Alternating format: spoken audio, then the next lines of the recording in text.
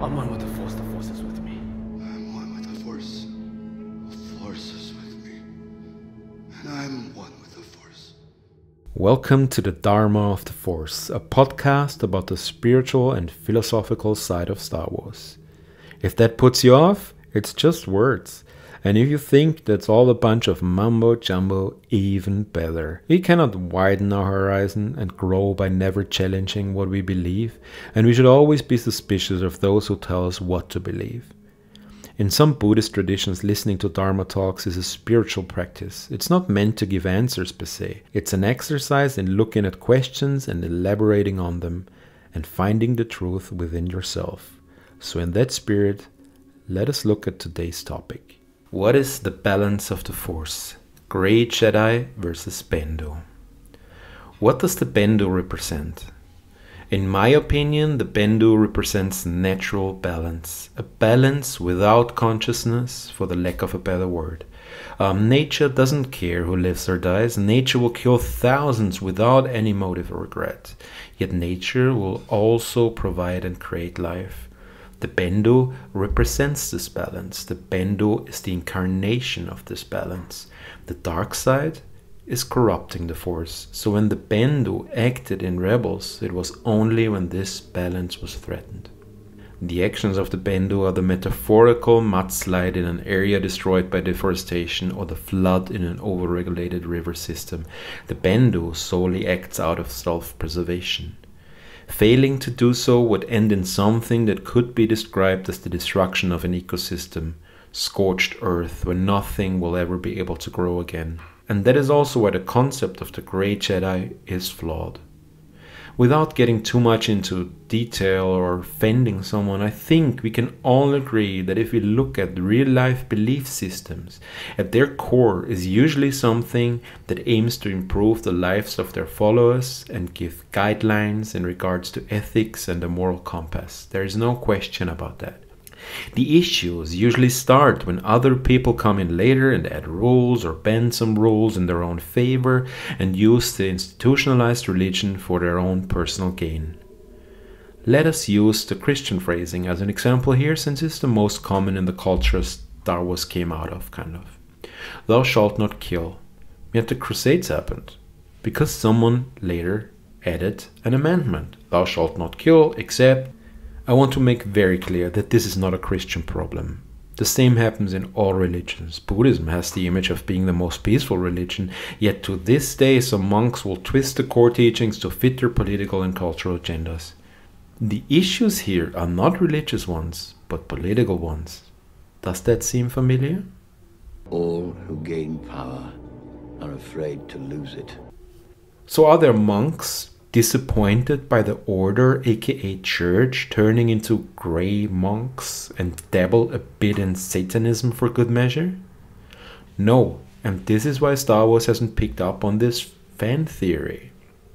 Very recently they introduced the concept of the Wayseeker, Jedi who would operate independently of the dictates of the Jedi Council, which I think is their subtle way of trying to shut this up once and for all. There is no need to be grey when the core teachings are not in question, but instead the institution. So you walk away, become a traveling monk, an ascetic. Strip away all the layers of religion that hinder true understanding of the Force. And that's exactly what kept the Order from sensing the Phantom Menace in A Phantom Menace. Ahsoka walking away, making the very drastic confrontational statement, I am no Jedi, should therefore be interpreted a bit more like, well, if the Order is synonymous with the Jedi now, I am not that. Maz Kanata saying, I am no Jedi, but I know the Force, is therefore the Star Wars equivalent of someone doing yoga once or twice a month. I understand what it's about and what it could do, but I won't go into a 1-month retreat in India and join a guru, but I kind of get it. Like every institution, the Jedi Order became complacent and arrogant, just like the late period samurai who never really needed to fight and just used their status to get respect. One might even say, it's time for the Jedi to end. Perfectly encapsulated the need to strip away all these layers of institution and focus purely on the Force. Just like Zen stripped away all the ceremonial aspects of earlier Buddhism, the Jedi Order, that is, needed to die to be reborn. Now what about the teachings of the dark side? Like I mentioned earlier, the dark side is corrupting the Force. The red lightsabers are now confirmed to be bleeding kyber crystals. Why are the Jedi keeping the dark side locked away from the students? Is that right? Yes and no. The dark side is strong, tempting, easy. It makes sense to try to protect, especially the ones that are not yet strong enough to resist the temptations. Why isn't meth and heroin legal? Why is Nazi memorabilia illegal? Why do most countries have strict gun control rules? Because some people might abuse it and not be able to handle it. Granted, there might be people strong enough to try hard drugs once in a while without getting addicted. There might be historically interested collectors with no ideological affiliation, and I'm sure there are people who are capable gun owners that pose no threat to others. But what about the others? What about the younglings? I'm sure every occasional drug user, World War II collector, and gun owner knows a few people they think can't handle it. And the younger are more susceptible. In a way, it's a double-edged lightsaber? Sword. And the Jedi Order opted for censorship. However, the failings of the Jedi Order are not failings of the light side. Where there is light, there is dark. Where there is yin, there is yang. The Bendu is light and dark. The Bendu is both and neither, but there is no gray. There are way seekers, call them rogue Jedi if you will, but there are no gray Jedi. A balanced Jedi can bend the Force to their will if needed, but they stay in the light. There is no gray.